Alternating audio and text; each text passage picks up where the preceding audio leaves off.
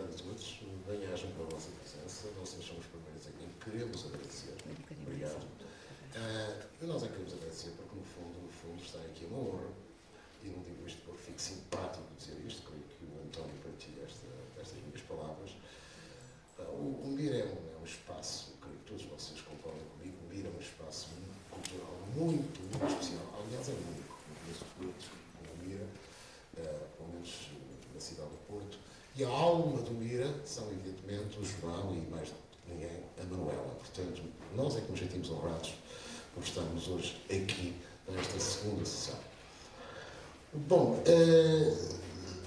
a Manuela já começou por vos apresentar o meu convidado de hoje, uma pessoa muito especial, tão especial que eu diria, sem dar grande importância ao meu próprio trabalho pessoal enquanto autor, que o único autor português ao qual dediquei um livro foi eu tive essa pintura dele. É para mim um dos grandes artistas portugueses do nosso tempo, e além de ser um grande comunicador, aliás, já fiz com ele todo um curso, ainda que breve, um curso de um mês na Biblioteca Municipal Almeida Garrett, e foi um grande sucesso por via dele, desde logo, até porque ele é um grande animador e começa logo por animar as sessões com a projeção de imagens. Vamos ter hoje aqui a projeção de imagens que permitem a nossa exemplificar como fazer compreender melhor ao que vimos. Mas para vocês chegarem ao oásis dessas imagens e da grande comunicabilidade do António, vão ter que atravessar com grande paciência o deserto da minha exposição. Eu trago-vos aqui uma espécie de discurso ao Fidel Castro, e eu espero antes das 8 da noite já ter concluído, para depois então, chegados ao tal oásis, podermos finalmente usufruir das imagens que o António nos vai aqui projetar. Então, esta sessão tem como tema, está ali, e foi o António que propôs que fosse este o título da sessão: Arte Contemporânea, Pensamento ou Provocação. Portanto, logo em termos disjuntivos, é pensamento ou é provocação? Bom, mas convém desde já esclarecer, embora talvez todos vocês saibam isto e dispensassem este prévio esclarecimento, quando falamos de arte contemporânea, nós estamos evidentemente a falar de tudo que contemporaneamente se faz como arte. Aliás, de certo modo, até diria que a assim chamada, aquela que se auto-apresenta como arte contemporânea, será até uma parte ínfima da produção contemporânea de arte. Só que é uma parte particularmente, passa aqui, digamos, o turismo, importante, porquanto é aquela que, a partir dos anos 70 do século passado, foi quando emergiu, ganhou uma projeção, ganhou mediática, ganhou aí não só, e nas feiras, nas galerias de arte, nos, entretanto, proliferantes museus de arte contemporânea, etc., que fazem com que, no fundo, quando falamos de arte contemporânea, pensemos imediatamente numa certa forma de arte, malgrado toda a sua heterogeneidade, ser uma forma que se diversifica por uma multiplicidade de correntes, de expressões, de manifestações, quer formais, quer do ponto de vista dos materiais, que, de facto, enfim, acaba por se tornar, e vamos ver hoje porquê, predominante no panorama da criação artística contemporânea. Bom, portanto, primeiro ponto, quando falamos de arte contemporânea, é dessa forma de arte que vamos aqui falar, não é de tudo o que contemporaneamente se faz como arte. E só para dar um exemplo, eu tenho a certeza, não lhe perguntei, pergunto-lhe agora, diante de vocês, eu tenho a certeza que se alguém classificasse, sei lá, a criação, a pintura do António como arte contemporânea, ele não ia ficar particularmente feliz, pois não, António? Penso que não. Creio que não ficarias, enfim, grandemente agradado com essa qualificação. Ficarias? Já irei responder. Já vais responder. Bom, portanto, tínhamos esse ponto. Vamos falar daquilo que poderíamos chamar o sistema da arte contemporânea. Que arte é esta? Ou que forma de arte é esta? Eu começarei por provocatoriamente, já agora, para ir um pouco ao encontro do que ali é o nosso título, eu diria que é aquela arte que se muitas vezes se dá quase como expressões quase autodefinidoras, coisas como é uma arte em que tudo vale, É uma arte em que do tudo é ou tudo pode ser arte. É uma arte do é arte se o artista diz que é. Por exemplo, poderia dar-vos um caso que me recordo, nunca esqueci, quando foi inaugurada a Tate Modern em Londres, foi nos inícios do século XX, creio eu, no século XXI, deste século, o seu primeiro diretor, que foi Vicente Todoli, que aliás transita para lá a partir do Museu de Serralves. Ele era diretor de Serralves, foi convidado, foi o primeiro diretor da Tate Modern. A Tate Modern inaugurou com toda uma série de exposições de instalações, uma das quais, recordo bem, era uma espécie de umas estantes, a imitar as estantes brancas típicas das farmácias, com vários comprimidos e frascos de remédios espalhados, etc. O Jornal Público, o então diretor do Jornal Público, hoje era o deputado, José Manuel Fernandes, foi fazer uma entrevista ao Todoli e perguntou-lhe, perante essas instalações, mas isto é arte? E a resposta do Todoli, que era o curador e o diretor da exposição, é. Mas é arte porquê? Porque o artista diz que é. Bom, é desta arte que nós estamos a falar. E o que é que isto significa desde logo? Portanto, o que é isto de uma arte que é arte se o artista diz que é? Bom, é desde logo uma arte que eu classificaria como arte anómica. Uma arte, digamos, cuja característica imediata é a anomia. Anomia, isto é, a falta de nomos, de regra, de critério. É uma arte que, digamos, se arroga uma anulação de toda a tradicional distinção, ou se preferirem, de todo o tradicional critério de distinção entre arte e não arte, entre obra de arte e o objeto não artístico, e que, inclusive, em algumas das suas expressões e correntes, se afirma mesmo como expressamente anti-arte. Isto pode levar, eu acho que ficaremos melhor, com uma melhor noção do que está em jogo na arte contemporânea se rapidamente a confrontássemos com a chamada arte moderna, a arte mais característica da primeira metade do século XX, com todos os seus vanguardismos, todos, sei lá, o cubismo, o futurismo, enfim, todas essas correntes que o expressionismo, todas essas correntes que foram o suprematismo do Malevich, todas essas correntes. O que é que desde logo diferencia a arte moderna com todas as suas várias rupturas da assim chamada arte contemporânea? Bom, eu diria que, antes de mais, essas rupturas características da arte moderna, todas elas punham em causa, e por isso eram rupturas, de cada vez a tradição da arte, toda a tradição da arte, e por isso repunham consecutivamente a cada uma dessas rupturas a questão, mas afinal, o que é a arte? Mas, e isto é que é importante, para alargar sempre mais o conceito de arte legado pela tradição, e por isso mantendo não só a distinção entre arte e não arte, como uma continuidade revolucionária com a tradição histórica da arte. É uma arte que quis revolucionar todo o conceito de arte, mas mantendo-se sempre em continuidade com essa tradição, com esse legado, com essa herança histórica. Nesse sentido, nós podemos dizer que a arte moderna corresponde, de algum modo, digamos, àquilo que Hegel, o filósofo Hegel, nos inícios do século XIX, nas suas famosas lições de estética, previu que fosse, digamos, o devir da arte, digamos, o futuro da arte, o futuro depois dele, o fim da arte, era a expressão dele.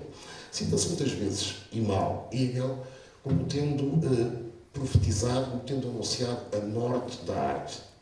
As lições de estética de Hegel formam um grosso volume, mas eu garanto-vos que em momento nenhum, nessa obra, em momento nenhum, sublinho, Hegel fala de morte da arte. Hegel sabia que a arte não ia morrer nunca, nem essa ideia da morte da arte faria qualquer sentido para Hegel. Ele falava era do fim da arte, do esgotamento da função que tradicionalmente, enquanto máxima expressão da espiritualidade, a arte teve ao longo dos séculos e que, entretanto, teria perdido. Portanto, digamos que a função que deu toda a sua razão de ser a arte tradicionalmente, ser a grande manifestação por via sensível do espírito, ter-se perdido e a arte arrastar outra coisa. Entrar numa espécie de deriva autorreflexiva, numa espécie de infinita questão, mas afinal, o que é a própria arte? Eu diria que, de certo modo, a arte moderna, que com as suas rupturas foi uma sistemática reposição dessa questão, afinal, o que é a arte?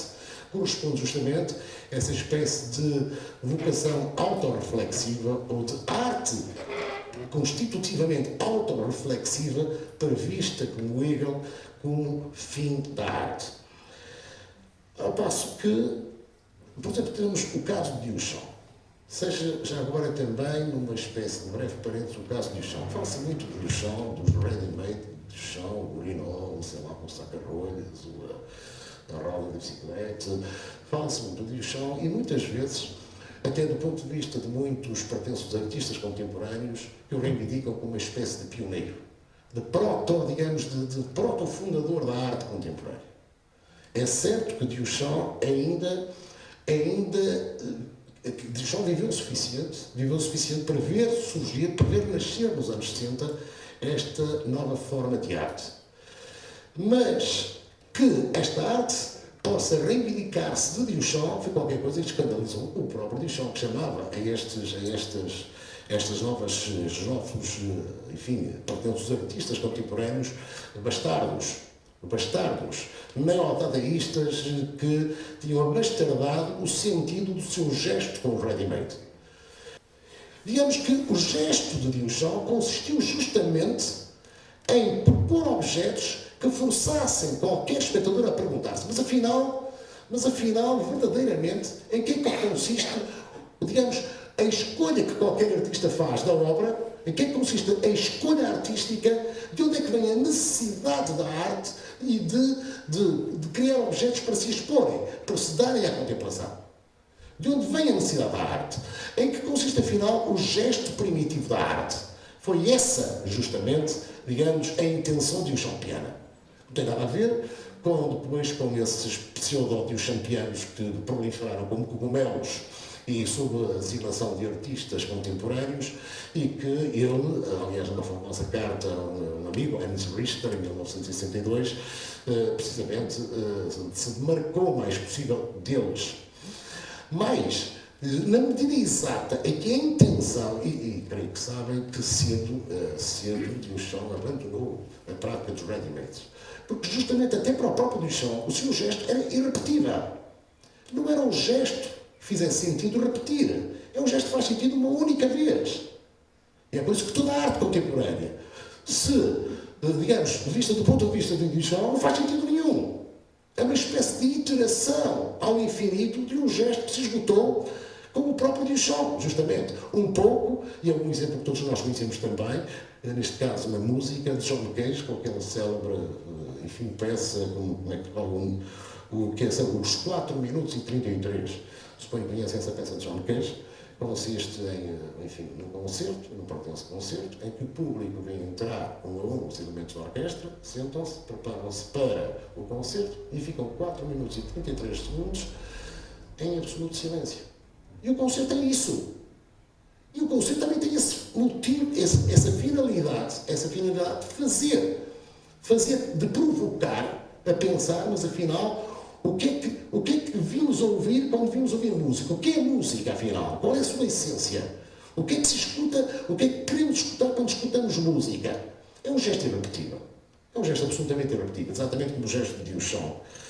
Portanto, em Duchamp não estamos perante um gesto nem de arte, com os ready-mades, nem de não-arte, muito menos de anti-arte, mas num gesto que se situa no limite, na fronteira, no entre arte e não-arte, e que provoca, aqui no bom sentido, já vamos para outro sentido, em breve, e que provoca a pensar a origem da obra de arte.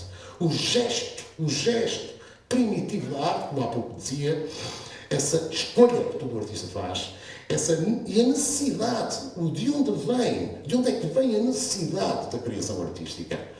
Bom, resumindo, o que podemos então dizer, depois de tudo isto, da arte contemporânea? Característica, falei da anomia, e essa característica leva-nos para aquilo que parece ser o traço o traço mais comum, o traço decisivo desta forma contemporânea de arte. Aquilo que eu chamaria, e antes de mim muitos outros lhe chamaram, o nominalismo.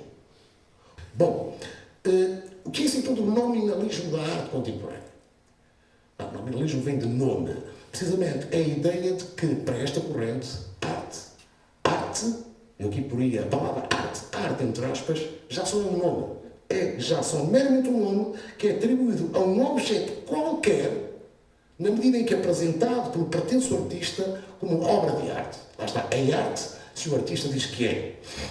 E a obra, por sua vez, já só é uma espécie de proposição, digamos, analítica ou tautológica sobre o ser da arte.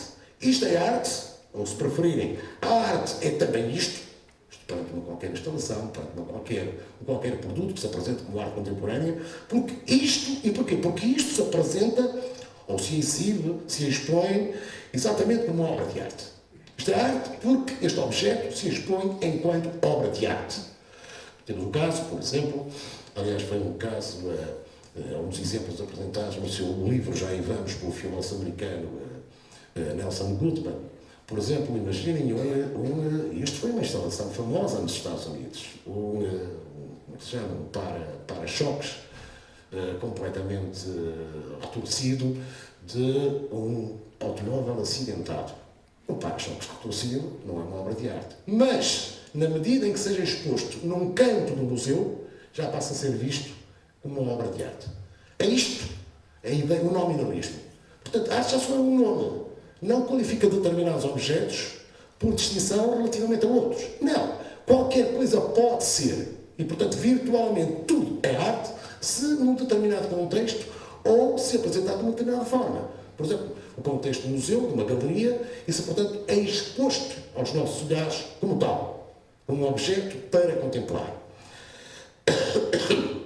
Daí que, por exemplo, Nelson Goodman, que é um dos teóricos desta nova forma de arte, da arte contemporânea, a questão já não seja propriamente, mas o que é arte? Não faz sentido. Quando perguntamos o que é arte, como quando perguntamos, sei lá, o que é filosofia, o que é ciência, etc., nós estamos implicitamente a supor que há também o que não é arte, ou, no caso da filosofia e da ciência, que há, portanto, formas de pensamento que não são formas de pensamento filosóficas ou formas de pensamento que não são formas de pensamento científicas. Isto é, perguntar o que é arte é perguntar que coisa é essa e o que a distingue do que ela não é. O perguntar o que é filosofia é que coisa é essa coisa a que chamamos filosofia, o que é a coisa filosófica e o que a distingue de outras coisas, da ciência, do pensamento opinativo, etc. Ora, a partir do momento em que para esta nova forma de arte tudo é ou tudo pode ser arte, a questão perde todo o sentido. Aquilo que esta corrente chama o essencialismo. A pergunta por uma essência da arte. A pergunta o que é a arte. A questão já não é o que é a arte, mas diz Nelson Goodman, quando é que há arte? Quando há arte? Como digo, o exemplo que acabo de invocar, um para-choques completamente estraçalhado, acidentado, em si mesmo, é um objeto utilitário, quer dizer, depois de estraçalhado já não será muito utilitário, mas enfim, mas ninguém, a partir de olhar para o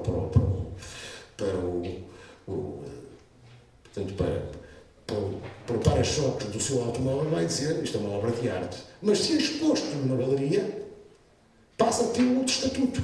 O contexto mudou e é em função desse contexto é quando, justamente, o contexto passa a ser um contexto de galeria ou museológico, que a obra passa a ganhar uma outra qualificação, um outro atributo, um outro estatuto. Ora, é isto justamente, este contextualismo, que justifica que, para Goodman, a questão não seja tenha deixado definitivamente, segundo ele, de ser o que é arte, para passar a ser quando é que a arte é mais uma expressão deste nominalismo. Portanto, todo este nominalismo contra aquilo a que esta própria corrente chama o essencialismo. Ou seja, toda esta corrente é feita contra a concepção tradicional, pré-arte contemporânea, de uma essência ou gesto espiritual da arte que permita justamente distinguir arte de não arte. E com efeito, como escreve algures o filósofo Jean-Luc Nancy, assim chamada ou auto-apresentada como a arte contemporânea, é uma arte que se torce, contorce e retorce, as expressões são dele, para produzir, cada vez como arte, objetos que sejam absolutamente irredutíveis a todo e qualquer conceito legado pela tradição histórico-artística e filosófica de arte. Este nominalismo tem consequências. Tem consequências em termos, digamos, da autoconcepção e da própria prática desta forma de arte. Eu estou aqui demasiado perto disto, isto está baixo ouvidos, assim, uma coisa estranha. Mas, João, isto assusta-me isto. Está bom? Está bom. Este bicho é diferente. Não vale a pena é chegar-se muito. E se eu puser assim mais... Sim, exato. Ouve-se bem na mesma? Não, eu agora vou ter os que estão ao fundo. Não é os que estão à frente. Bom, é esquisito. Bom. Primeira consequência deste nominalismo da arte contemporânea. Primeira consequência. Aquilo que eu chamaria, digamos, a promoção da subjetividade do artista sujeito, que passa a ver-se ele próprio como a origem da arte. Portanto, ele, por sua vez, passa a ser vista como produto de uma escolha, que no fundo é arbitrária, veremos já porquê, porque sem necessidade, sem genuína necessidade ontológica ou espiritual, falaremos já disto, do sujeito artista. Lá está, é tal história. É arte, porque o artista diz que é. Sem outra razão. Sem nenhuma necessidade imperativa não subjetiva. É o sujeito que, doravante, é promovido, digamos, a origem e a razão do ser arte, do pretenso ser arte, do objeto que, como tal, se expõe ou se apresenta. Correlativamente, segunda característica, com esta promoção da subjetividade e com esta desqualificação da obra, como digo, uma mera produto de uma escolha arbitrária do artista, a obra é reduzida, no fundo, o valor da obra passa a ser, no fundo, apenas a assinatura do artista, a marca autoral e a valer como tal. Um exemplo claro, que aliás está na capa do livro, é a capa do livro do que vou já falar, do Tomás Maia, Vida a Crédito, são, por exemplo, as famosas notas de $1 de $1 assinadas por Andy Warhol. Uma nota de $1, estamos justamente quase perante o caso do tal para-choques danificado. Uma nota de $1 é uma nota de $1. É um objeto meramente material. Mas, quando assinadas por Andy Warhol, passaram a ser consideradas como obras de arte. E vendidas como tal. E promovidas, leiloadas como tal. Passaram a ser objetos artísticos. Reparem, o Warhol limitou-se a acrescentar a sua assinatura à nota. Mas isso como que, alquimicamente, transfigurou a natureza do objeto. De objeto sem valor artístico passou a ser um objeto de arte contemporânea. E este sim, o Warhol sim, não de Duchamp, podemos ver como sendo o artista que no contexto da arte moderna foi de facto o grande antecipador da arte contemporânea. Portanto, a obra é reduzida no limite a uma assinatura, vale por ter a assinatura do artista, daquele artista já cotado, digamos, no mercado da arte contemporânea. Portanto, a obra é reduzida à marca de um autor, é a marca desse autor, no fundo, e no mais extremo limite, a obra é reduzida, digamos, à sua própria virtualização, à sua imaterialização. Não sei se vocês já ouviram falar dos famosos NFT, Non-Fungible Token. O que é isso, os NFT que adquiriram em alguns leilões valores astronómicos ainda há 2 anos. Os NFT são apenas o seguinte, um artista cotado, um artista, portanto, que é? Não a obra dele, porque com a arte contemporânea não são as obras, no fundo, que têm, digamos, cotação. É o nome do autor que assina a obra. O artista emite determinados certificados, numerados. Cada um é único, cada certificado é absolutamente único. E o certificado é uma espécie de certificado que representa uma obra que o artista ainda não fez e que virtualmente nunca fará. Mas o que se compra, o que o investidor de arte vai comprar, é esse certificado. Esse Non-Fungible Token, esse NFT, que depois pode trocar, pode revender no mercado de arte. A obra não existe, porque a obra está imaterializada, reduzida àquele certificado que substitui a própria obra. Isto pode parecer para alguns de vocês, não sei, que nunca tenham ouvido eventualmente falar disto, uma coisa perfeitamente, digamos, delirante, mas isto acontece atualmente no mercado da arte. A obra é, de tal maneira a obra foi como que, digamos, substituída pela assinatura do artista, que no limite a obra não precisa de existir. A obra, pura e simplesmente, é um certificado da sua inexistência, mas que tem um valor absoluto e um valor especulável no mercado de arte, exatamente pela assinatura do artista nesse certificado. Outro aspecto, estou perto de acabar, prometo-vos, outro aspecto da redução da obra. A obra passa a ser, com esta nova forma de arte, como que um mero pretexto para discursos, seja um discurso do próprio artista ou do curador, sobre ela.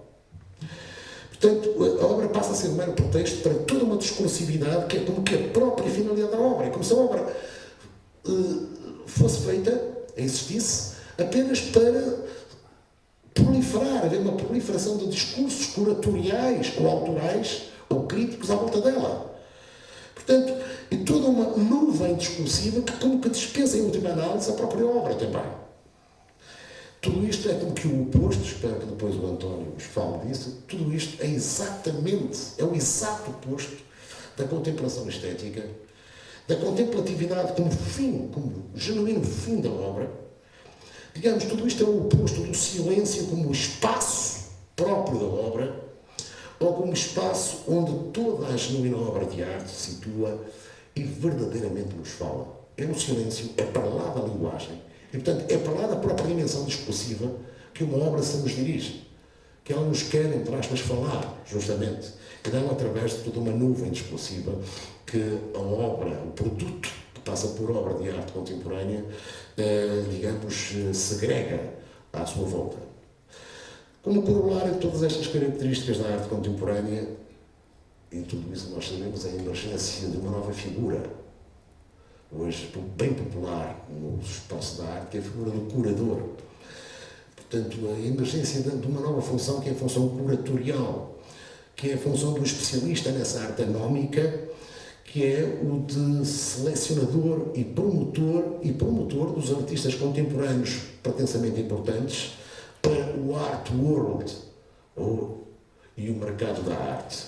E com efeito, a arte contemporânea é inseparável de todo um sistema próprio, relativamente fechado, autorreferencial, o chamado, justamente, art world, ou sistema da arte contemporânea, organizado numa rede de instituições próprias em sistemática, por isso fala de sistema, interação. Desde museus de arte contemporânea, que, como eu já há pouco disse, têm proliferado como cogumelos por toda a parte nas últimas décadas, e galerias vocacionadas para essa forma de arte. Também feiras internacionais de arte contemporânea, por exemplo, a de Basel, ou a Documento de Kassel, na Alemanha, ou até mesmo a Bienal de Veneza, recentemente.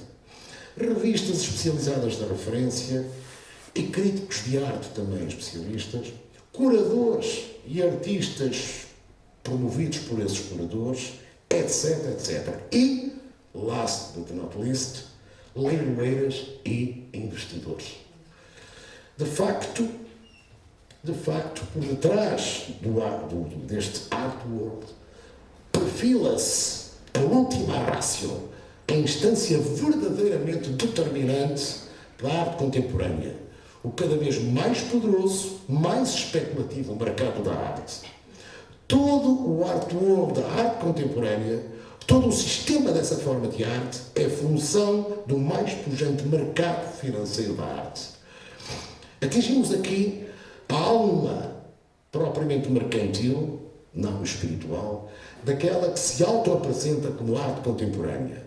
Uma arte que, numa absoluta inversão, e diria até perversão, das relações tradicionais entre a arte e o mercado da arte, e perversão porque essa inversão retira à arte toda a sua original razão de ser, se faz para o mercado e reconhece no mercado a sua instância de validação.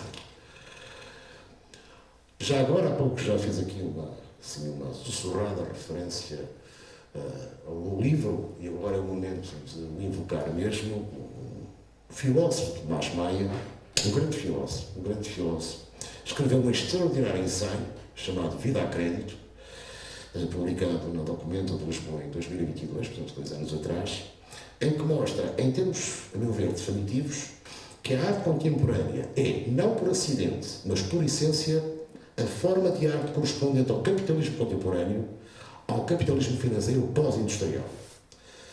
Claro que se improve o mercado da arte e até como condição da existência da arte, até diria da sobrevivência dos artistas. Mas era o mercado que dependia da arte, que era a função da arte, e não como agora o inverso. Por exemplo, no capitalismo primitivo comercial, em que os artistas viviam em corporações, era o mestre e os bastantes artistas que validavam a obra de cada um dos artistas que trabalhavam nessas corporações. Mais tarde, por exemplo, pensamos no século XIX, com o surgimento do século XIX dos museus, etc., surgiu toda uma peleia de, sei lá, eram os pares, os outros artistas, os outros pintores, no caso da pintura, os críticos de arte, eram os historiadores de arte, etc., que determinavam o valor de arte de cada obra. Hoje, não é... no art world, o que vale é exatamente o valor de mercado da obra. A obra é feita pelo mercado e é o mercado que vai determinar o valor justamente da obra que passa por ser uma obra de arte.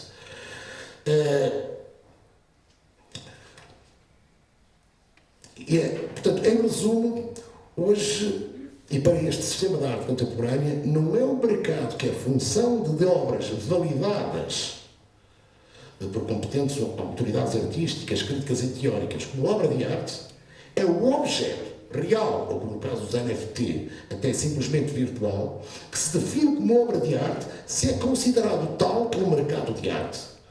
Ou, por outras palavras, já não é o valor estético da obra que decide do seu valor financeiro, é o valor financeiro que atinge o mercado, nas feiras, nos leilões, etc., que determina o seu valor, entre aspas, artístico.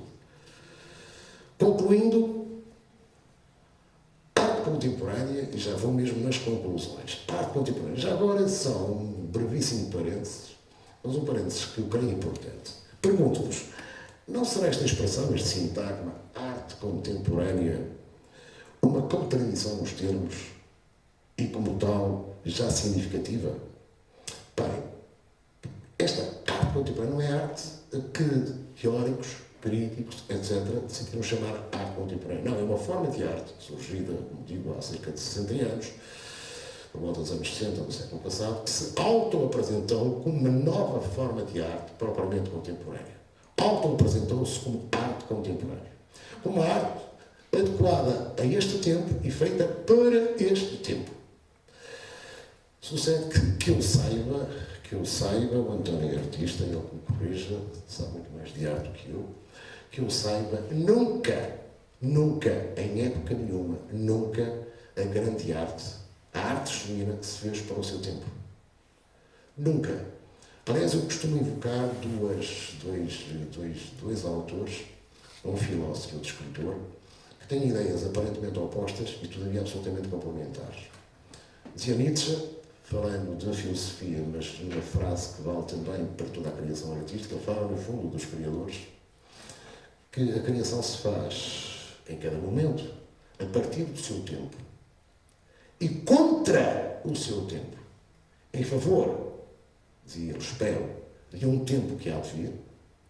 Ou seja, a arte faz-se para o futuro e por uma solicitação a uma humanidade espiritualmente mais evoluída, capaz de acolher a obra que lhe deve ser digna, ou então a frase do escritor francês Jean Genet, que dizia que a arte se faz sempre para o passado, para o imenso povo dos mortos e para ser digno desse imenso povo. O povo dos mortos, dos artistas, dos criadores que já existiram.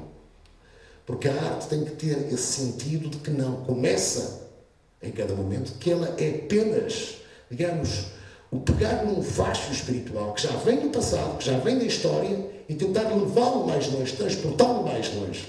Como aquela célebre cena, não sei se conhecem aquele filme de Tarkovsky, Nostalgia, aquela cena final da chama.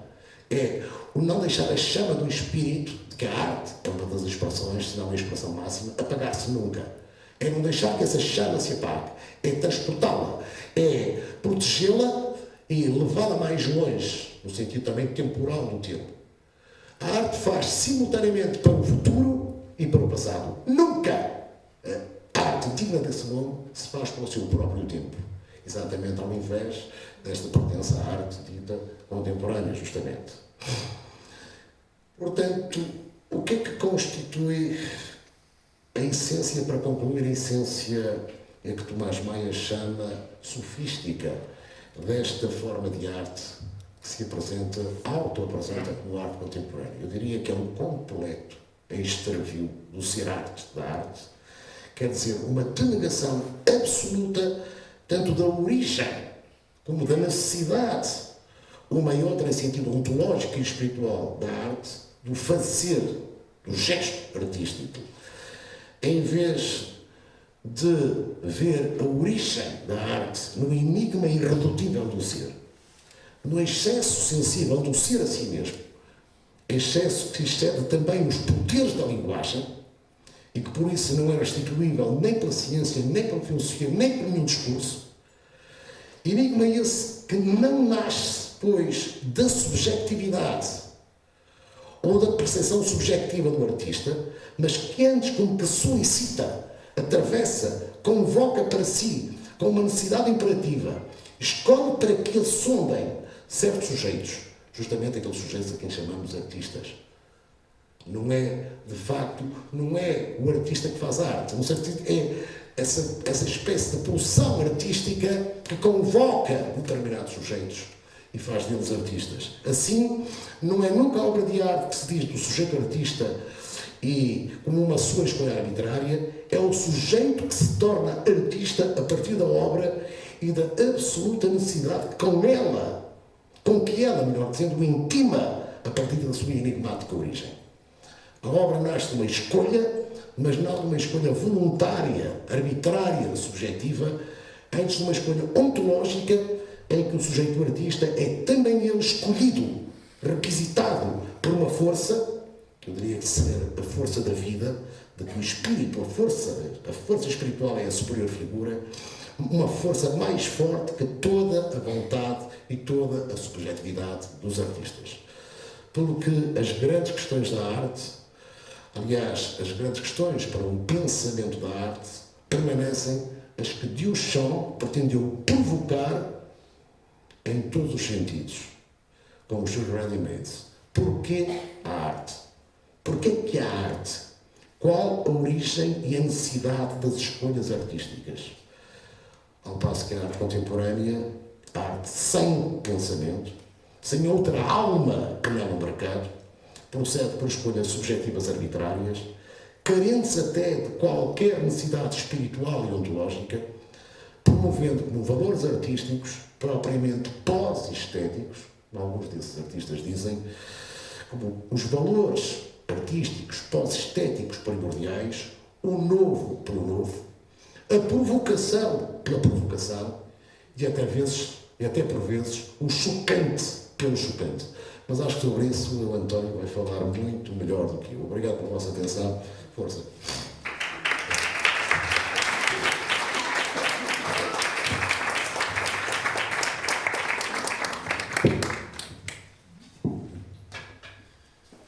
Bom, boa tarde a todos e diria que depois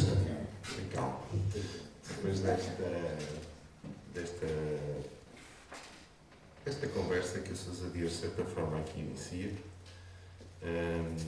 eu queria dizer que o que abstraga, no fundo, o pensamento que vou fazendo no meu dia-a-dia. E, portanto, enquanto autor e enquanto curioso por aquilo que é a tentativa, porque não passa de uma tentativa de encontrarmos algumas respostas. E, portanto, será sempre nesse modelo que aqui vou seguir.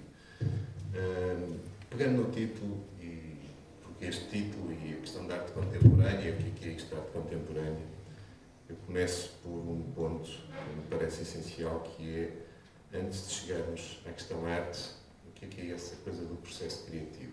Primeiro, enquanto seres humanos, porque é que tivemos uma necessidade de resposta por via de um processo criativo? O que é que está nessa origem? Que um dia depois lhe tínhamos dado o nome de arte, que depois encontramos regras para ir definindo o que era, que depois encontramos um sem número de soluções por tratados, por convénios, por manifestos, por academias e por aí adiante, até chegar àquilo que estamos hoje, que é também uma tentativa de definição, e, portanto, na falta de outras, chamamos de arte contemporânea, mas talvez porque andamos durante estes séculos, ou durante todo este período que possamos dizer, entender como período da presença do humano enquanto tal, a buscar definições, e essas são ainda hoje as tentativas que continuamos a abarcar. Não vejo a coisa de outra forma. O que é que são essas coisas de processos criativos? Porque é que, na realidade, lá atrás, na nossa dita origem, enquanto tal, tivemos uma necessidade de fazer algo que depois apelidamos de criativo? Nesse momento, eu pergunto, há ou não um pensamento para que se comece por fazer esses atos? Podemos lhe chamar uma expressão natural, porque agarramos um qualquer meio riscador e fizemos uns registros e, a partir daí, plasmarmos algo num suporte, mas o que é que foi esse pensar para continuarmos a desenvolver? Portanto, esta questão é o processo criativo e o pensamento dão as mãos, andam juntos, não andam juntos, separam-se, aproximam-se, o que é que trazem? Não podemos deixar também daqui trazer outra questão para aquilo que é esse processo criativo, que é a questão da imaginação. Isto é, há imaginação, não há imaginação, porque é que na realidade se criaram coisas, porque é que se deram, no fundo, a ver um sem número de aspectos que faziam parte daquilo que podíamos dizer do nosso íntimo, do nosso interior, e que outros passaram a ver. Portanto, alguém que faz esse registro, que torna visível, atribui uma existência matérica, e a partir dessa existência matérica, os seus pares aproximam-se de um universo que à partida lhes seria comum, mas que até ali não tinham ouvido existir. E, portanto, talvez com isto se possa ir abrindo um caminho para um certo entendimento do que podia ser esse processo criativo e o resultado dele. E eu tenho estado aqui a segurar com pinças a palavra arte.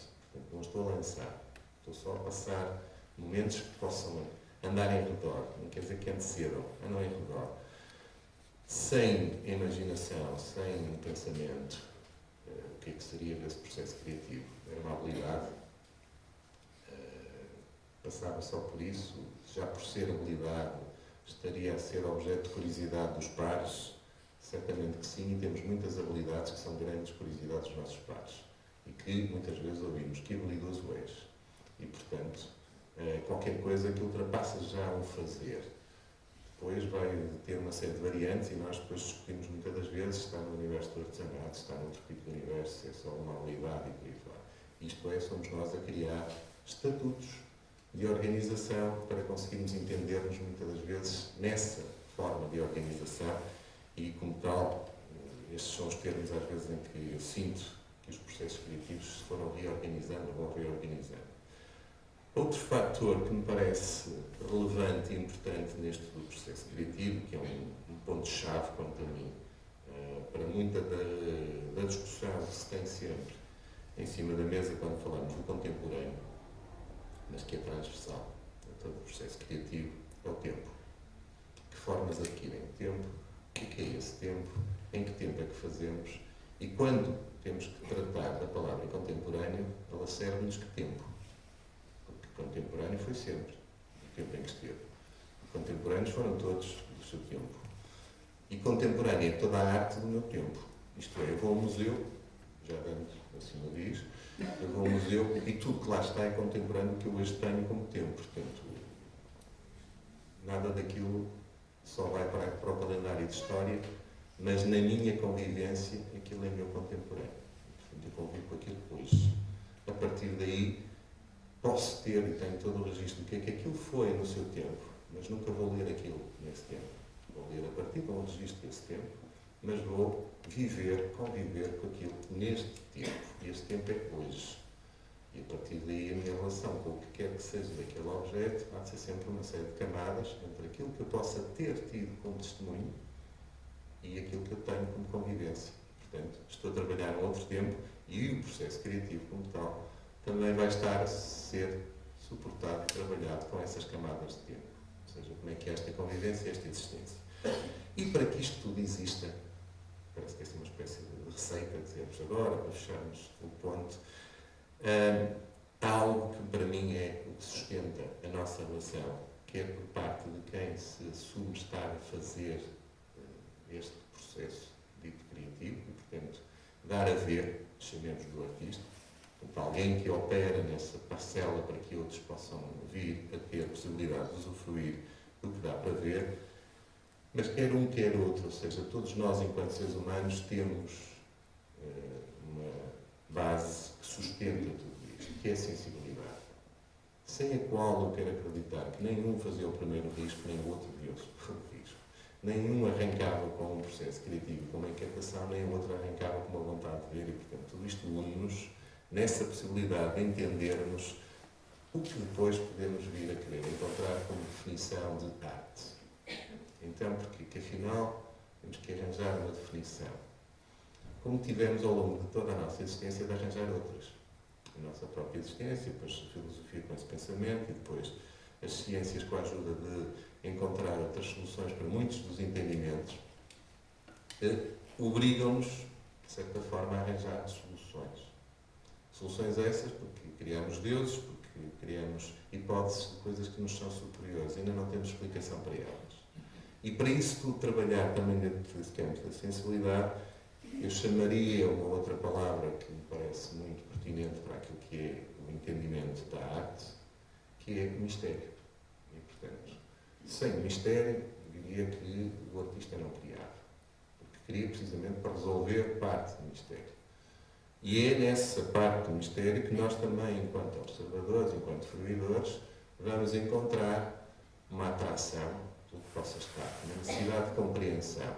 E é a necessidade de compreensão de um enquanto fazedor, enquanto aquilo que opera nesse processo criativo para dar a ver, que vai ao encontro do outro que tem necessidade de entender. E os dois estão a procurar entender. E, portanto, é este processo de o que é afinal, o que é isto? E esta pergunta acompanhou-nos sempre. Quero acreditar que em cada período histórico que se vai fazendo um processo criativo, a questão há de ser sempre essa. O que é isto? Que umas vezes possamos achar que estamos mais próximos dessa ideia de verdade, porque é precisamente trabalhar essa verdade que é o princípio do objeto criativo, que é essa verdade. Está também essa necessidade de compreensão dessa verdade. A verdade é essa. O que é que nos está a ser dado a ver? E claro está que depois não queremos repetir as fórmulas.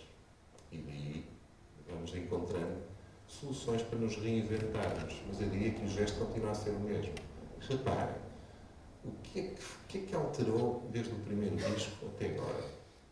Continuamos a riscar, com todo o tipo de ferramentas que nos possam ter sido colocadas para riscar. Mesmo nas evoluções tecnológicas que possamos ter.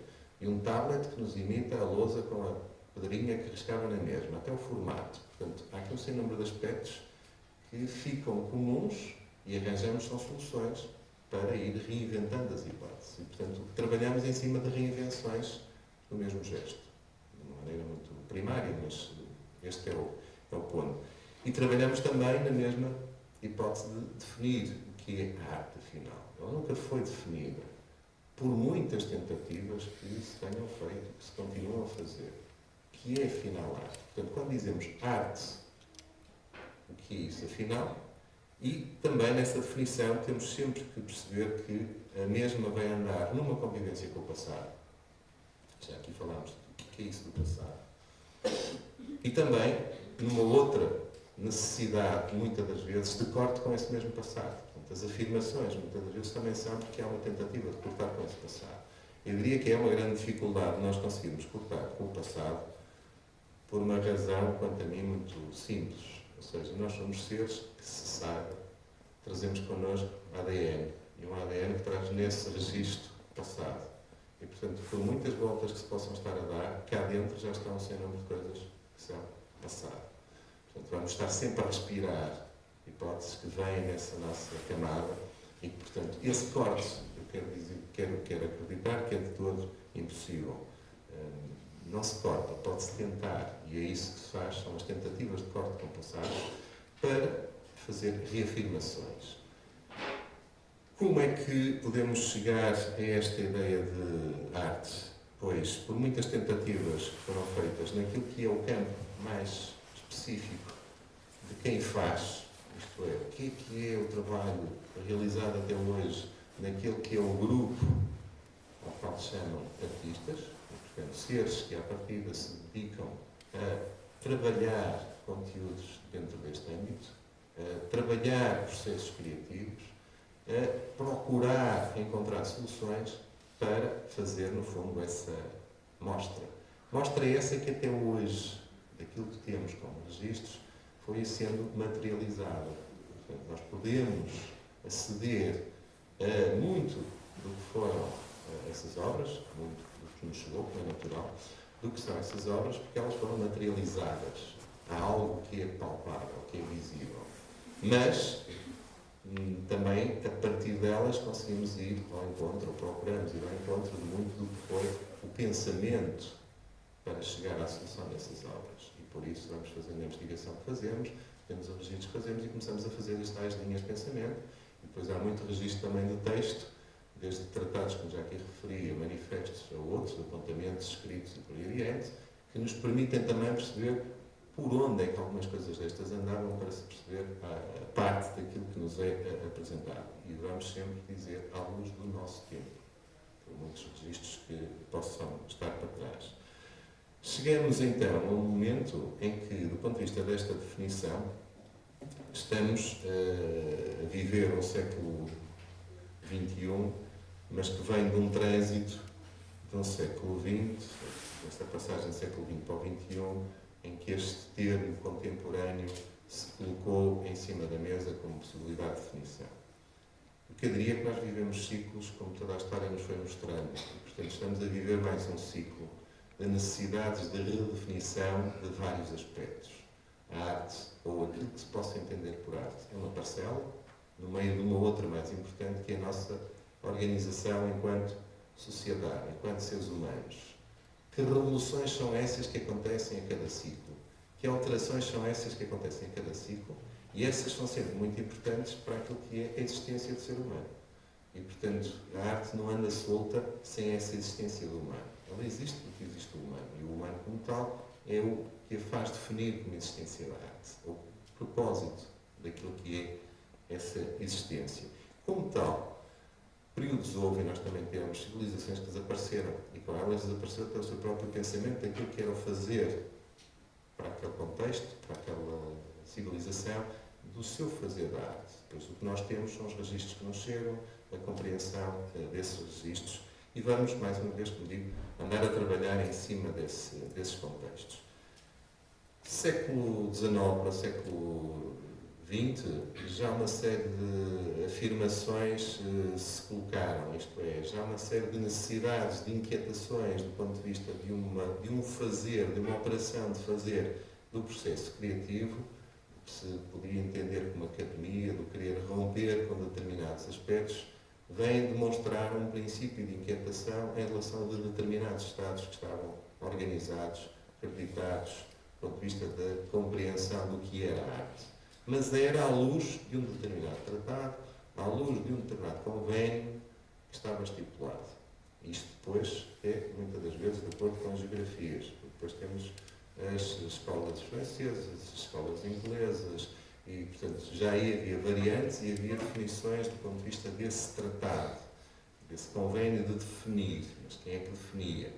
Era a academia, eram alguns dos artistas dessa academia, eram alguns dos historiadores que iam surgindo e defendendo determinados propósitos, pois sim, certamente.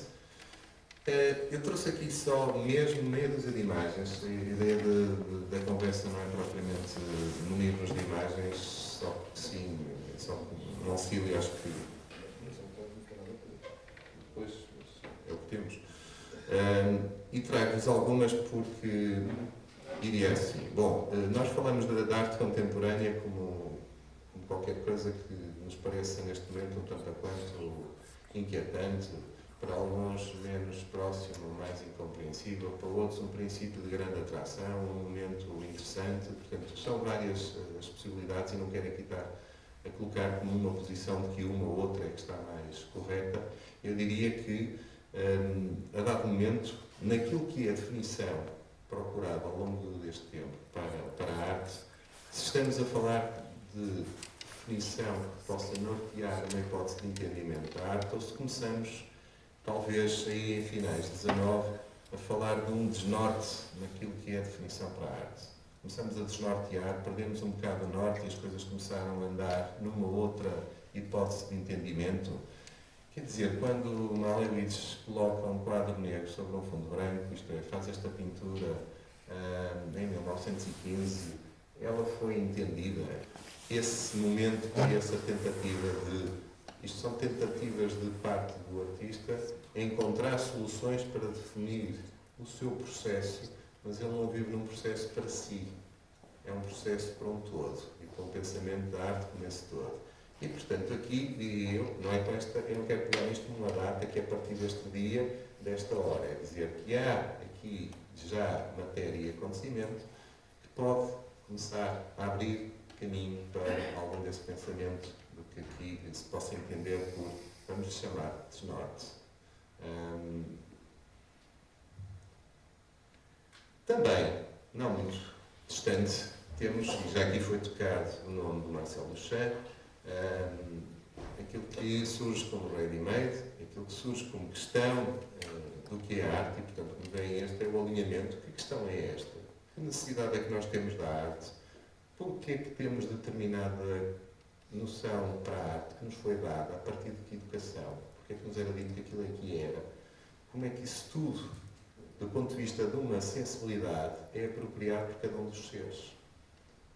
Porque se até finais de 19 uma determinada convenção é que era válida, quando os impressionistas começam a alterar determinada convenção, começam a alterar o processo de sensibilidade. Portanto, de grosso modo, a comunidade, o público, se pensarmos assim, a massa de gente que está sensibilizada, que está educada, que está preparada, aquela que está, porque quando nós dizemos arte, é para quem?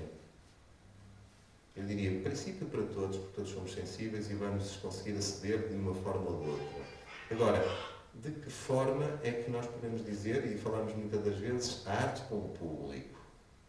O público somos todos. Agora, que público é esse? Que sensibilidade é que esse público teve do ponto de vista da preparação para a receber? E quando temos estes convénios vão estar naquilo que é a preparação de recepção.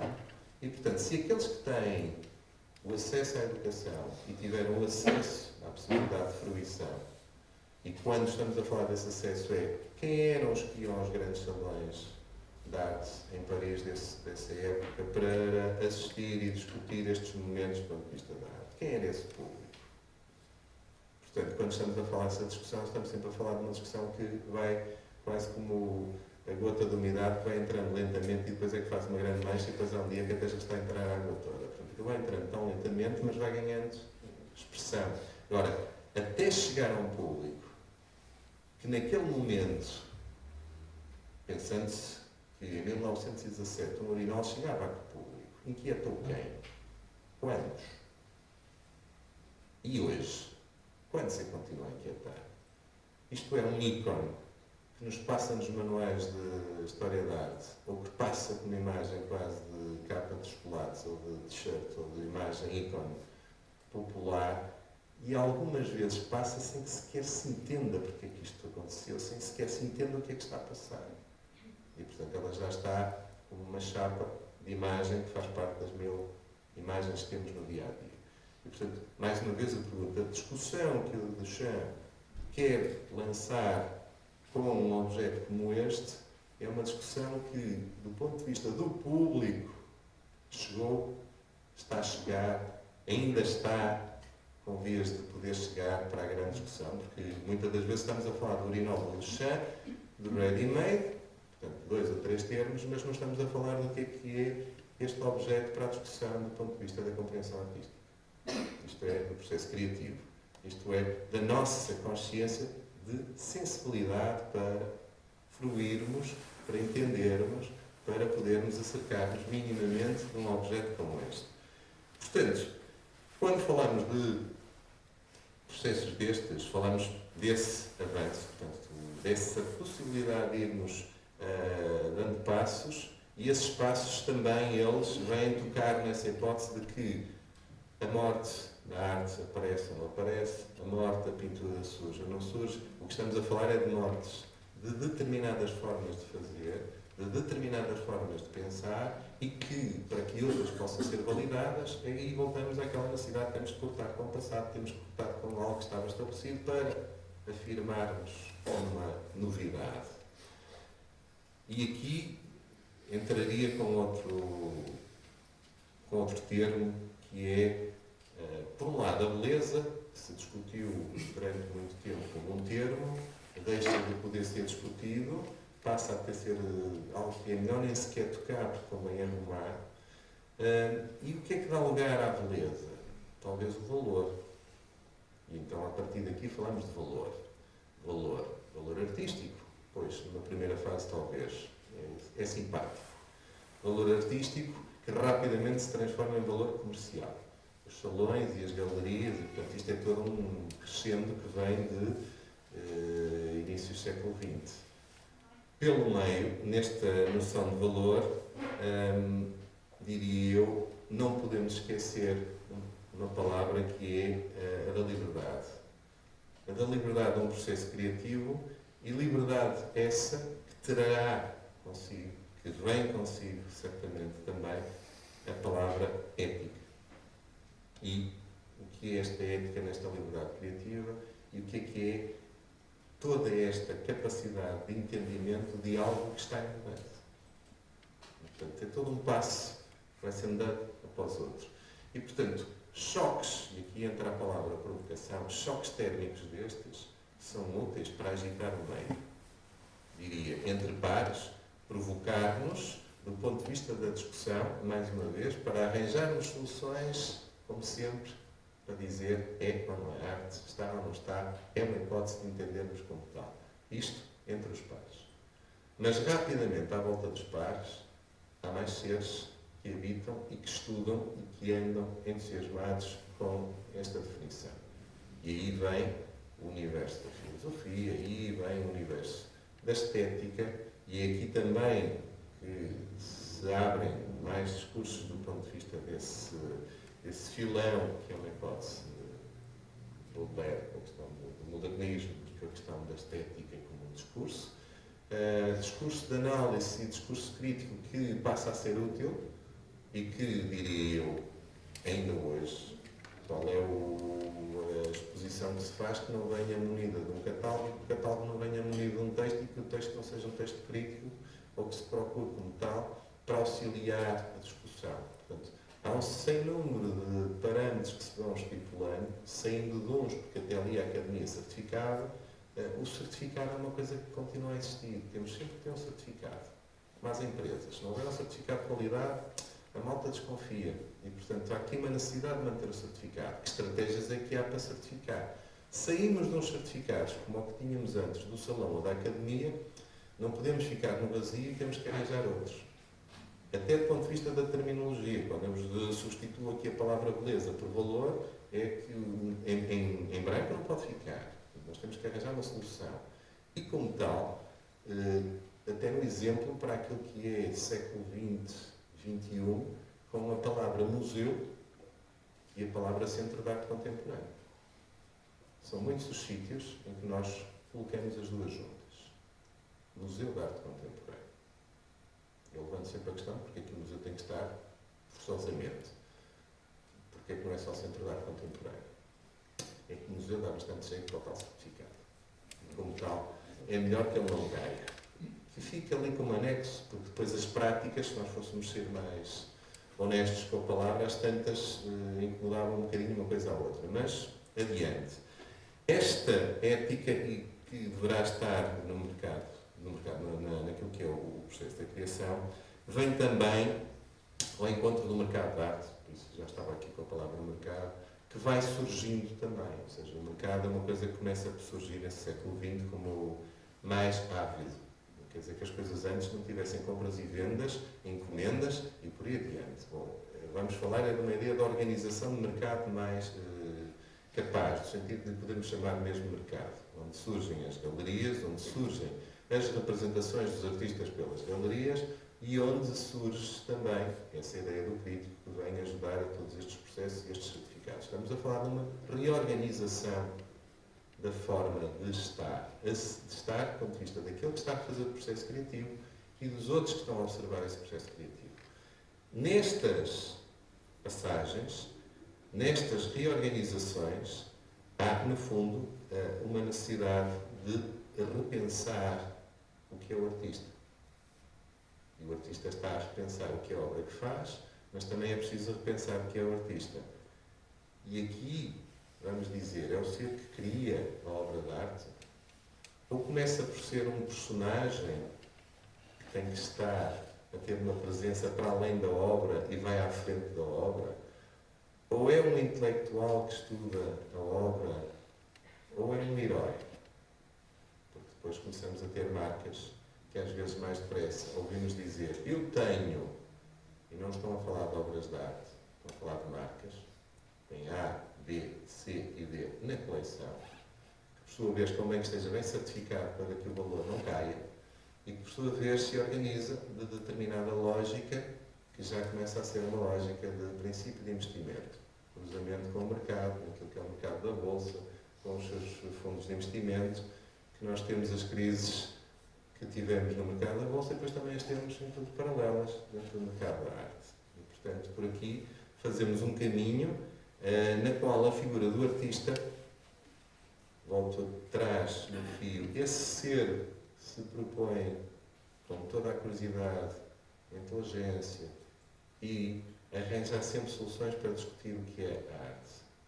Nestas passagens, o que é que muda naquele que é o artista? Como é que ele tem ou não a sua base para aquilo que é o processo de criatividade e para aquilo que é a forma de fazer o que ainda se possa entender por aprofundamento do conhecimento para conseguirmos ir ao encontro dessa definição de arte. Devemos estar sempre nessa necessidade de definir. E é aqui que volto outra vez à questão ética.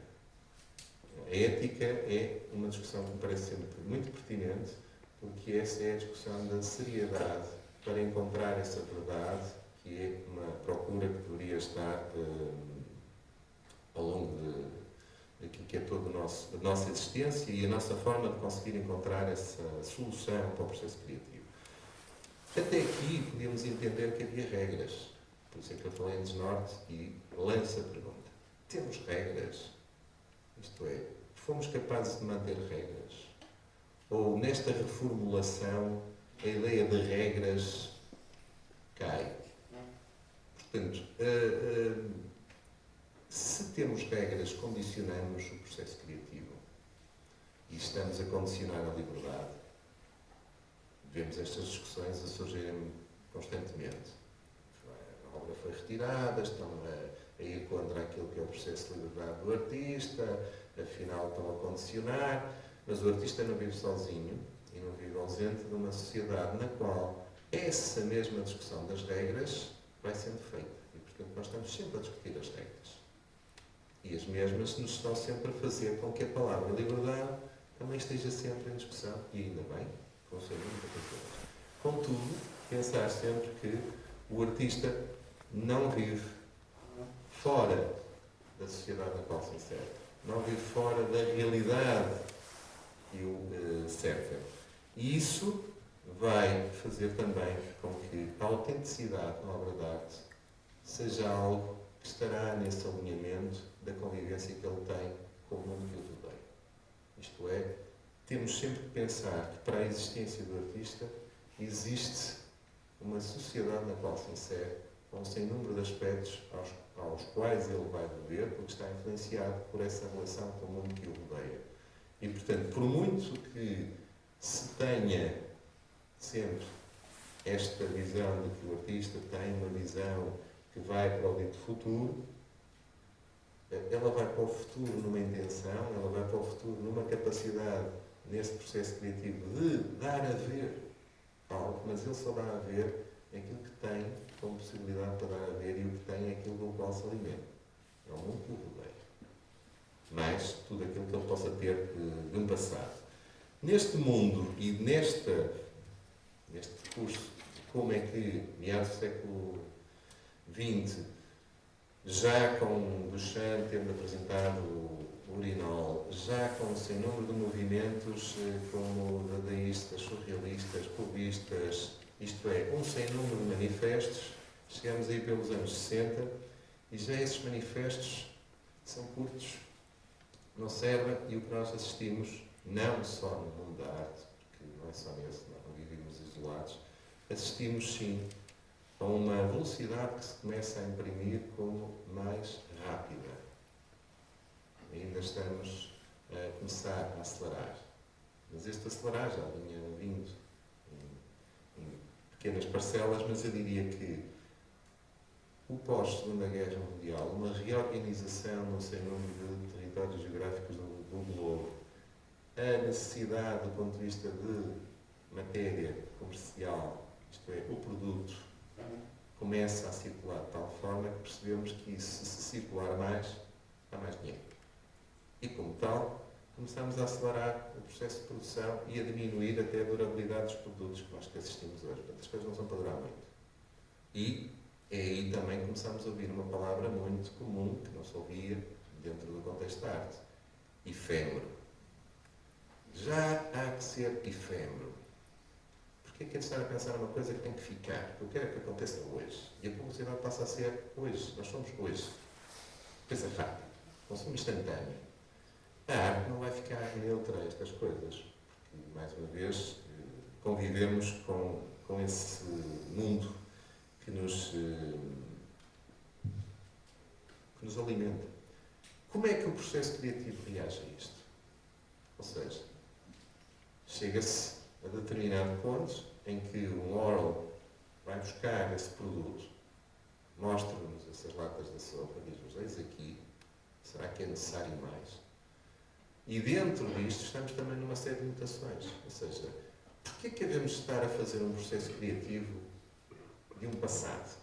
Porquê que eu hei de pintar, tal e qual como o Giotto, o fresco, na capela, quando aquele ser que entrava na capela tinha tempo para ver? Porquê que agora quero imprimir um tempo que o outro não tem? O que é que eu quero que ele tenha? Quer dizer, isto é contraproducente. Se eu aumento a velocidade, posso estar a pedir que abrande ou que pare para ver. E estas são logo as necessidades que se começam a colocar nesse processo criativo, que é, vou eu dedicar 7 anos a fazer uma pintura, se quando faço a exposição, todos aqueles que lá entram não lhe dedicam mais que 2 minutos. E 2 minutos, já estamos a falar muito. Portanto, para que é que serve? Ou de que é que servem esses 7 anos? Se o tempo onde as coisas vão estar a ser expostas já não serve sequer esse tempo. E depois, do ponto de vista desse processo, o que é estar a pensar de acordo com esse passado? Isto é, o que é que eu tenho que fazer enquanto artista nessa operação do processo criativo? Vou repetir fórmulas que estavam. Porque quando nós dizemos, mas o ready-made e os artistas que estão a fazer agora à maneira do ready-made, há sem dúvida muitos que estão a fazer à maneira do ready-made sem pensar em processo e que possam estar a ser só cópias das cópias. Mas cópias das cópias são aquelas que nós estamos a ter hoje cada dia mais, à medida que já nem sequer pensamos para fazer. Reparem, quantos de nós é que já não se segue e não faz exercício de memória para um sem número de coisas e rapidamente recorremos a uma coisa chamada telemóvel, Google, para ir encontrar as respostas. Portanto, quantos de nós é que já não faz sequer um exercício simples de pensar camadas para rapidamente aceder às respostas? E já estamos a invadir um outro terreno, já lá chegaremos, do que são as respostas já trabalhadas por inteligência artificial e, portanto, em que nós já deixamos na mão de que há alguém que nos resolva, esse alguém seja essa inteligência artificial, para determinados processos, porque já sentimos que não temos que os fazer. Portanto, num contexto destes, o que é o processo criativo? Para quem? Para uma autoestima do próprio? Para um gozo pessoal? Para um gozo que ainda é esse gozo de origem de estar a fazer? Portanto, todas estas questões são as questões que se levantam quando estamos a falar de uma coisa que é tentar definir arte. E ela tem que ser definida, de certa forma, por aquilo que é o nosso momento e o nosso contexto. Voltamos outra vez à ideia de um público e desse mundo, que o Sousa Dias aqui referiu, esse mundo da arte. Ora, esse mundo da arte existe, é um mundo extremamente ativo, e o século XXI, então, uma maravilha, sem dúvida. Por metro quadrado nunca se construiu tanto para se mostrar obras de arte. Se quiserem tirar um ano inteiro de sabática só para irem a feiras de arte, conseguem arrancar em janeiro e regressar em dezembro sem nunca terem vindo a casa e passar de feira em feira. Dá-me ao trabalho de fazer um plano destes e, portanto, dá para ser feito. E mesmo assim não conseguimos ir a todas porque algumas se sobrepõem. Portanto, falta de sítio para ver arte não há. E para comprar também não. Portanto, nunca a feira teve tão ativa. O que quer dizer que, do ponto de vista de produção, talvez seja dos períodos onde estamos a produzir mais. O que, do ponto de vista de quantidade de objeto produzido, estatisticamente também devemos estar a atingir os níveis elevadíssimos. O que quer dizer que não temos tempo para ver nem notar. Portanto, a ideia de contemplação cai por terra. Não me parece, muito honestamente. E depois agora centramos por outra via. Se quisermos ser colecionadores, também devemos andar com baratas tontas e aflitos para ver tudo que está a sair, porque às tantas estamos a perder bastantes coisas. Por isso, temos que estar muito atentos ao que são os principais mercados e os principais locais de acontecimento. E aí vem através das estatísticas e os valores começam a ser geridos em função desses mercados e de que os compõem. Para todos os efeitos, para que isto exista, ainda é preciso um artista, depois é preciso uma galeria que represente o artista, essa galeria tem uma equipa que normalmente pode constar de um curador, e depois também vai ser preciso alguém que compre o objeto no final, portanto, o colecionador. Pelo meio, alguém que certifique. Portanto, o Museu de Arte Contemporânea. Se isto tudo estiver bem sincronizado, temos no final uma obra de qualidade. E, portanto, quer dizer que vamos ter um preço justo para pagar este circuito todo. Isto dito de uma forma muito fria e crua, mas é uma realidade. Portanto, este é um circuito possível para aquilo que entendemos como mundo da arte. Mundo este que discute essa ideia de liberdade e procura a maior da liberdade. Mas talvez, momento, isto aqui é a minha opinião, em que vivemos com a agenda mais cerrada, isto é, tudo tem uma agenda, tudo tem um título. Se vamos agora a uma Bienal de uma Veneza, as coisas têm um tema. Se vamos amanhã a uma feira, tem uma direção. E se por um período de tempo a pintura está a retomar, parece que respiramos todos, ai que bom, que maravilha, ela também quer rápido porque está outra vez a fotografia, agora é a foto. Mas se aquilo depois já não é novidade, entra outra vez a instalação. E, portanto, ao retomar de o que isto quer dizer é que, por um lado, estamos a trabalhar um mercado da arte que ganha uma força e que ganha novos elementos. Portanto, o curador é um deles. Os especialistas de investimento são outros. Portanto, os curadores, muitas das vezes, também são especialistas de mercado e ajudam nesse processo. E mesmo mercados que não vinham à discussão, que eram mercados que acreditavam valores, estou a falar das leiloeiras. Portanto, a leiloeira já, quando a obra dava uma série de voltas, ia lá parar. A leiloeira já se conseguiu converter também no mercado de primeira ação, já não é de secundário. E de primeira ação porque, em vésperas da crise, por exemplo, um artista como o Damien Hirst decidiu fazer um leilão com uma das grandes leiloeiras, e ele vai numa relação direta com a leiloeira e, portanto, põe a leilão e vende quase tudo. Quer dizer que ultrapassou a galeria, que ultrapassou o curador, que ultrapassou o museu e que foi direto a esse ponto final. Portanto, tudo isto estão a ser aspectos para pensarmos arte, porque isto é todo um processo de desenvolvimento, de processo de criação. Portanto, não estamos neutros a esse processo de criação, mas ele está a responder àquilo que é o momento e àquilo que é a realidade que nós temos que pensar. Como é que depois podemos falar de autenticidade na obra de arte? O que é autêntico aqui? Se estas coisas vão ganhando distância, eu diria que transformaríamos a ideia de autenticidade em novidade. O que é novo? Como na indústria da moda, eu acho que aqui nos pomos muito próximos dessa indústria, o que importa é que uma coisa saia como novidade. E para que saia como novidade, eu tenho que esquecer rapidamente a quem antecedeu.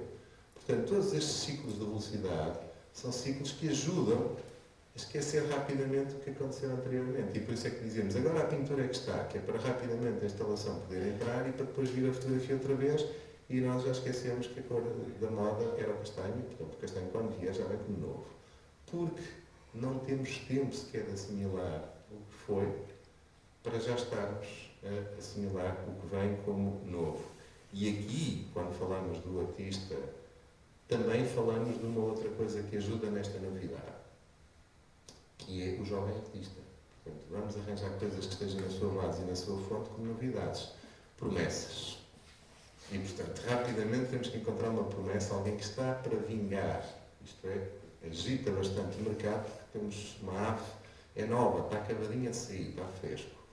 E como tal, uma parte muito curiosa, mas que demonstra também esta relação da questão do tempo, é que um artista que tenha 40 anos, com obra firmada, percurso feito e que tenha trilhado o seu caminho, sem estar sequer ter tido grandes representações no currículo, mas que a obra seja uma coisa tida como séria, não tem sequer lugar, porque já não é novidade, também já não está bem para ir para a discussão dos que estão muito mais velhos e quase a morrer.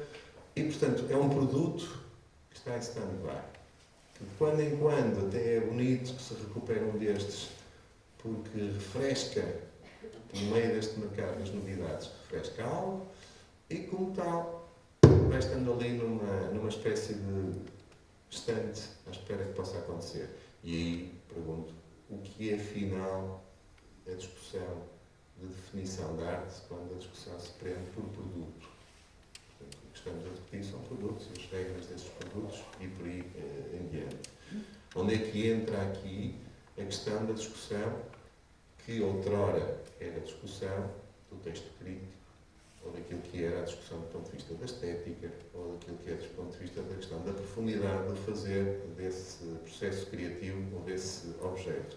Diria que ela existe, está em reformulação, agora a velocidade a que estamos dificulta essa reflexão. Porque se o artista está há 7 anos para produzir uma obra e ninguém liga nenhuma, porque é que o crítico vai estar 3 meses, 1 ano, 10 anos a investigar algo para escrever um texto que ninguém vai ler? Portanto, ficam as coisas um bocado nesse ponto do vazio. A que é que assistimos? Muitas das vezes a textos que são de âmbito promocional. Portanto, o que eu preciso é de promover um produto. E esses são mais fáceis de promover porque têm que acompanhar o momento. Ora, se aquilo está para o tom do amarelo, o texto convém que toque no amarelo, que é para a coisa seguir o fio que tem que seguir. E como tal, este é também um dos pontos a refletir. Claro que estas coisas parecem todas muito fáceis. Isto é fácil que a coisa possa seguir por essa via, parece tudo muito simples. Isto é feito de grande complexidade porque são forças de poder que estão sempre a gerir estas frentes. Isto não é propriamente um produto no qual o artista tem a mão. Ou seja, o artista faz parte deste circuito e, como tal, cai ou não cai nele. Aí pode fazer a opção, sim ou não, com as consequências que isso tem do ponto de vista depois do percurso de cada um. E, como tal, eu agora pergunto, e no meio disto tudo, onde é que está o público? Que percentagem é que está neste tipo de mundo da arte? E os que não estão, O que é que entendem ser esse objeto artístico quando há objeto? Porque também estamos a falar de um período em que já não é necessário sequer produzir o objeto. Podemos discutir só as ideias. Podemos ficar só com ideias. Podemos ficar só no conceito. Também é uma forma de poder apresentar. Já não é preciso transformar isso em objeto.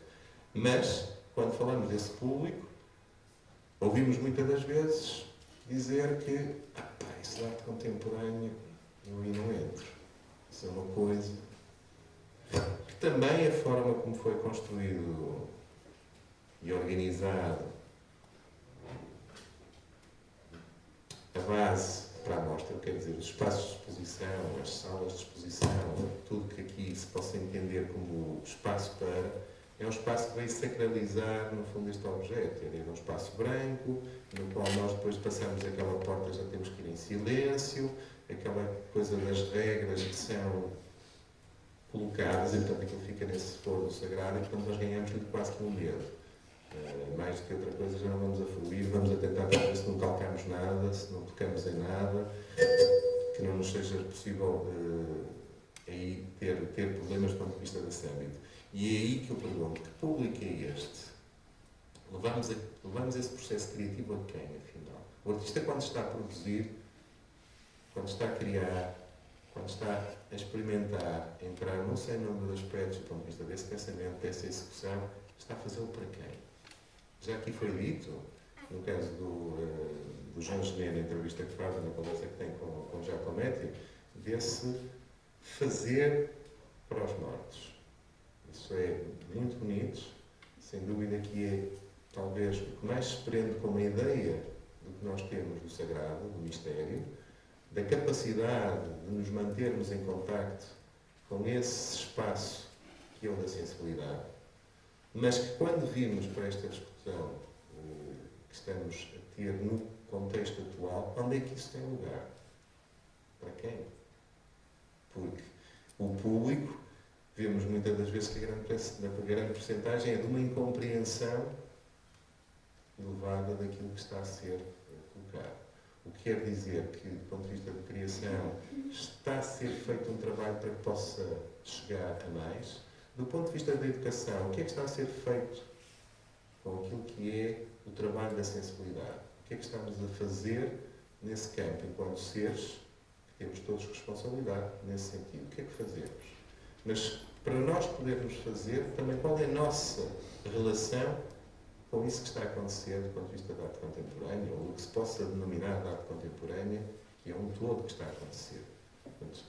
Porque ela é cada vez mais, não esta gaveta que consegue levar o termo arte contemporânea como outras gavetas, mas o mundo de hoje é um mundo feito de indivíduos que criam. Portanto, cada um é uma espécie de movimento. Tem uma série de movimentos que se juntam naquilo que é o momento e, portanto, chamamos de arte contemporânea para conseguir dar um abraço a esta coisa toda. Porque nós não temos propriamente o que tínhamos há uns bons anos atrás, dizer, epá, tu estás dentro de uma coisa que se pode chamar surrealismo, encaixes, e tu estás numa coisa que se pode chamar cubismo. Ainda ouvimos, e agora naquilo que é o comum do dia-a-dia, mas que estilo é que pintas? Esta pergunta hoje não pode ser feita, quer dizer, não serve a ninguém. Porque vou dizer, pinto arte contemporânea. Não é. Quer dizer, as coisas mudaram do ponto de vista destes paradigmas e mudam porque também está a mudar a nossa compreensão na relação de seres enquanto sociedade. Nós estamos a assistir a um sem número de necessidades de definição que estão presentes naquilo que é a nossa relação enquanto seres. Portanto, a arte não vai andar em isto tudo. Nós temos um sem número de discussões que estão neste momento no ar. E o ser enquanto indivíduo tem levantado muitas dessas questões. A começar os géneros. E, portanto, só isso já abre um sem número de equações. E, portanto, todo o resto vai andar em função dessas necessidades. E trago-vos, por vias daquilo que entendemos, nas formas de exposição, nesses circuitos de reconhecimento, nessas relações com o tempo, o que é essas influências, aquilo que poderia entender por provocação. Provocação são formas de sermos criativos, são processos de criatividade, são ações com as quais queremos só chamar a atenção, ou chamar a atenção é mesmo fazer pensar.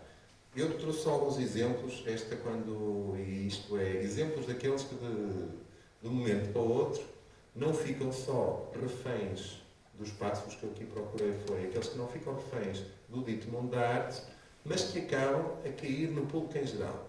Porque foram notícia que extravasaram as revistas de arte, que extravasaram o meio e que de um momento para o outro estão no senhor do quiosque a dizer: ouça, o senhor sabe que prenderam um cão e acha que aquilo é arte, de um momento para o outro aquilo passa a ser discutido com o senhor do quiosque, que até ali não tinha chegado. O que quer dizer que também há aqui um efeito que funciona num determinado aspecto para chegar a um determinado ponto. Isto é, quando um artista decide agarrar um cão, prendê-lo dentro da galeria, agarrar um cão que estava na rua, e aquilo decide prender dentro de uma galeria até que ele morra à fome, portanto não o alimentando, nunca se soube exatamente se sim ou não, mas isto foi o que passou. Portanto, isto é, do ponto de vista ético, em quem é que ele toca, se é uma questão ética de falha dele, do ponto de vista de sensibilidade, ou se é uma pessoa extremamente sensível, e por ser muito sensível é que pega nisto para chamar a atenção a outros. Reparem, as camadas são muitas, a discussão do é artístico ou não levanta-se. Agora, porque se faz dentro da galeria de arte, porque se faz no contexto da arte, porque depois até vai ser representado numa bienal e porque depois isto conquista outros focos e, portanto, faz ou não essa necessidade também dentro daquilo que são os circuitos de reconhecimento. A palavra provocação vem aqui pensar se isto é um pensamento enquanto objeto de arte ou é uma provocação, ou são as duas coisas, e portanto é um pensamento que provoca. Também para aquilo que é o mercado, dentro do mesmo mercado e dentro dessa velocidade em que o mercado está e dentro da capacidade que o mercado tem para se autorregenerar, isto é, não sei se chega a ser mais rápido neste momento do que a própria ideia de criação do artista.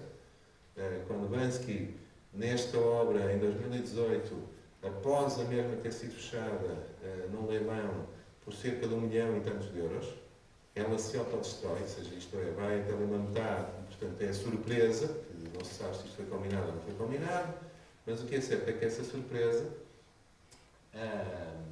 esta mesma obra já vai para aí em 12 milhões de euros que foi revendida já, em mais do que uma operação. Portanto, o valor dela não ficou naquele 1 milhão e tantos e agora vai, e agora já nem sequer sabemos se aquilo que está em causa é o processo da obra, isto é, do artista ao fazer com que ela tivesse tido aquele momento, é que é válido, se já é pelo que foi a notícia que lhe está a valorizar mais. E, portanto, já são assim uma série de camadas onde o processo criativo aqui, onde é que ficou, o processo do mercado, onde é que está a operar, e o mundo da arte, onde é que está a certificar, e depois isto para o público, o que é, e mais uma daquelas que chegou ao grande público.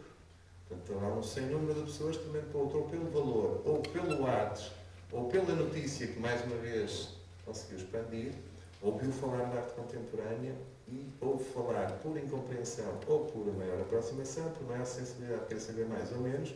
O que é certo é que o eco chegou a pontos desses. E outra, esta acho que foi das que eu ouvi mais pessoas a tocarem neste assunto do até eu vou comprar a banana e ponho fita cola, até eu faço não sei quantos, mas acha que a banana que eu compro ali no senhor do lado vai valer agora 1 milhão. E portanto, eu acho que estas ações, sem dúvida, que dentro daquilo que é o contexto tão mediático e à velocidade a que vamos, estão muito em sintonia com o momento que vivemos. Nós queremos novidade, nós queremos que a coisa que temos seja mais capaz de alcançar um ponto, não é? Agora que vem aí o Natal, há de haver aí alguém a discutir que já tem uma árvore mais alta do que a do município do lado e que inaugura com mais luzes do que eu não sei quanto. Portanto, não é o espírito que está, não é a essência do que está para ser discutido, é outra coisa. E é uma coisa que se tenha que ter, acima de tudo, capacidade de ser medida em valor económico. Se não tiver, é como se não pudesse existir neste contexto. E, portanto, estas são discussões, porque o Maurício Capelã é muito irónico neste e no seu trabalho, e portanto é uma das peças, mais uma vez, que vem provocar essa ironia e que vem provocar também o próprio mercado, porque isto é apresentado numa feira e é essa provocação para dizer, pá, se eu vos trouxer, isto assim de uma forma mais básica, não é só essa, mas se eu colocar aqui isto a este nível, portanto, tudo isto vai ser válido e a validade não é só porque é ele, é porque é ele a pôr todo o mercado e como ele, outros tantos que trabalham as coisas dessa forma. E, portanto, vivemos o hoje e num conceito desse hoje. Já aqui foi falado também dos NFTs. Este é só um exemplo, mas um exemplo que já é levado também ao outro extremo, que é, já não chega a fazer NFTs, já não chega, ou seja, nós não ficamos satisfeitos com o processo criativo.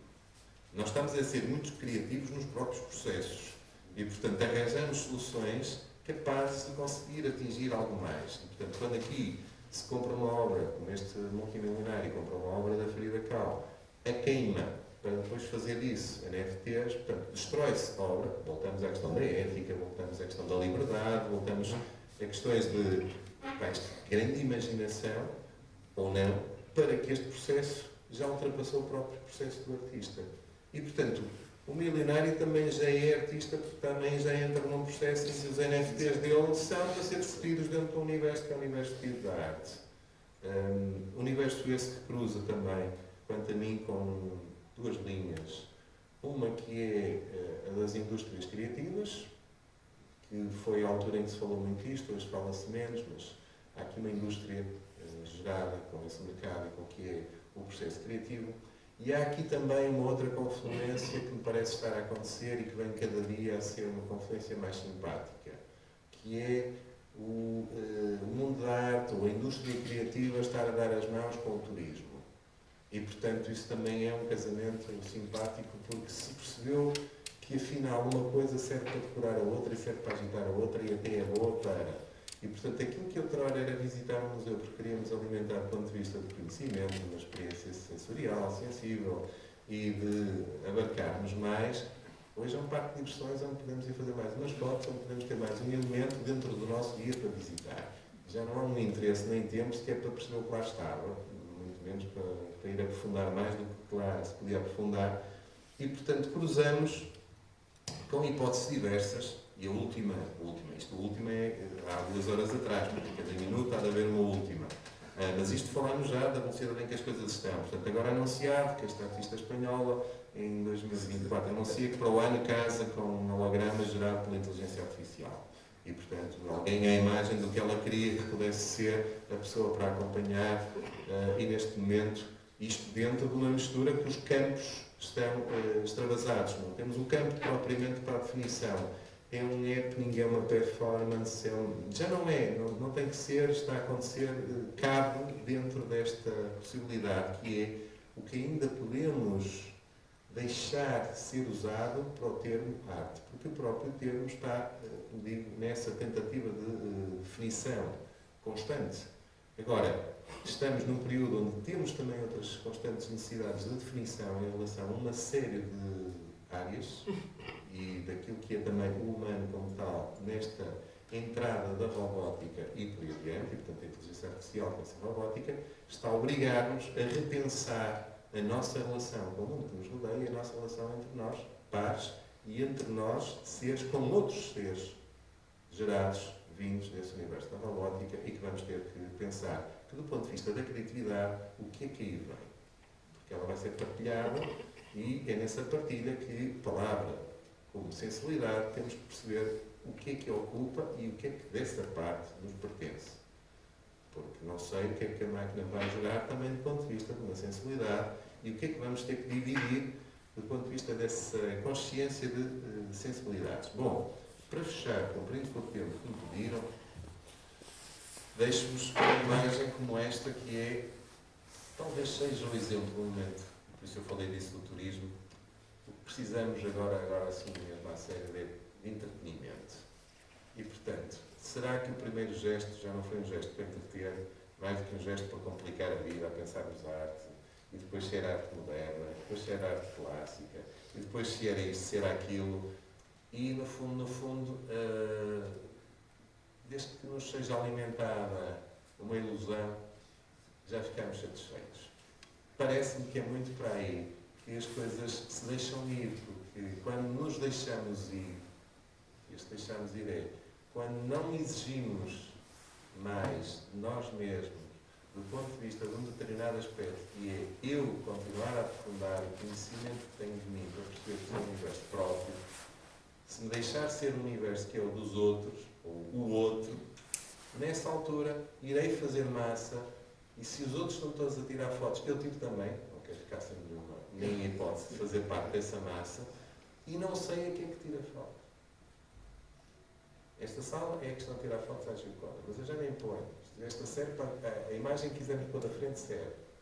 Porque o que importa aqui é esta massa na qual estamos ligados ao aparelho e já estamos desligados de nós mesmos. Portanto, quando chegar o robô, nós vamos dar a entrada total, porque dizemos que jeito que me faz, algo que venha pensar por mim, que venha fazer os trabalhos por mim e que venha fazer com que eu não exista, porque eu só quero existir.